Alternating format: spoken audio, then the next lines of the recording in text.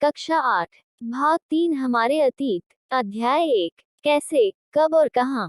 प्रश्न 1 सही और गलत बताएं। क जेम्स मिल ने भारतीय इतिहास को हिंदू, मुस्लिम, ईसाई 3 काल खंडों में बांट दिया था। उत्तर सही। ख सरकारी दस्तावेजों से हमें ये समझने में मदद मिलती है कि आम लोग क्या सोचते हैं। उत्तर गलत। ग अंग्रेजों को लगता था कि सही तरह शासन चलाने के लिए सर्वेक्षण महत्वपूर्ण होते हैं। उत्तर सही। प्रश्न 2 जेम्स मिल ने भारतीय इतिहास को जिस तरह कालखंडों में बांटा है, उसमें क्या समस्याएं हैं। उत्तर 1817 में स्कॉटलैंड के अर्थशास्त्री और राजनीतिक दार्शनिक जेम्स मिल ने 3 खंडों में a history of British India, British Bharat का इतिहास किताब लिखी। इस किताब में उन्होंने भारत के इतिहास को निम्नलिखित 3 काल खंडों में बांटा था। 1 हिंदू, 2 मुस्लिम, 3 ब्रिटिश। समस्या जेम्स मिल द्वारा भारत के इतिहास को इस प्रकार 3 खंडों में बांटने से निम्नलिखित समस्याएं थीं। 1 यह विभाजन सांप्रदायिकता के आधार पर किया गया था। 2 यह काल विभाजन औपनिवेशिक विचारधारा पर आधारित था। 3 इस काल विभाजन का उद्देश्य भारतीयों को अलग अलग पहचान देकर फूट डालना था। प्रश्न 3 अंग्रेजों ने सरकारी दस्तावेजों को किस तरह सुरक्षित रखा।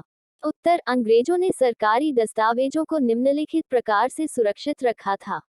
1 सभी शासकीय संस्थानों में अभिलेख कक्ष बनवाए।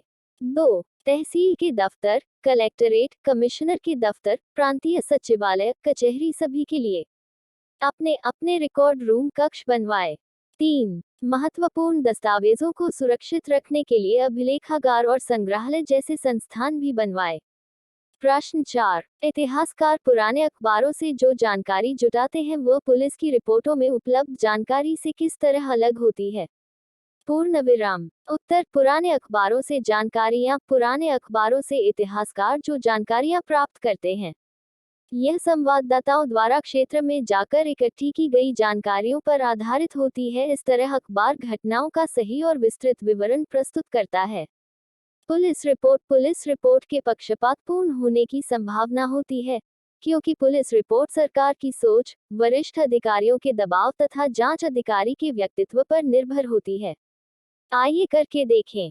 प्रश्न 5 क्या आप आज की दुनिया के कुछ सर्वेक्षणों का उदाहरण दे सकते हैं। सोचकर देखिए कि खिलौना बनाने वाली कंपनियों को यह पता कैसे चलता है कि बच्चे किन चीजों को ज्यादा पसंद करते हैं, या सरकार को यह कैसे पता चलता है कि स्कूल में बच्चों की संख्या कितनी है। इतिहासकार ऐसे सर्वेक्षणों से क्या हासिल कर सकते हैं। उत्तर सर्वेक्षणों के उदाहरण। सर्वेक्षणों के कुछ उदाहरण निम्नलिखित हैं। 1 जनगणना। 2 चुनाव पूर्व सर्वेक्षण। 3 वनों का क्षेत्रफल जानने के लिए सर्वेक्षण। 4 नए तेल व गैस क्षेत्र का पता लगाने के लिए सर्वेक्षण। खिलौने बनाने वाली कंपनियां भी सर्वेक्षण के माध्यम से बच्चों की पसंद का पता लगाती हैं। स्कूलों में बच्चों की संख्या जानने के लिए सरकार स्कूल और प्रशासनिक अधिकारियों की रिपोर्ट के सर्वेक्षण के आधार पर स्कूलों में बच्चों की संख्या पता लगाती है।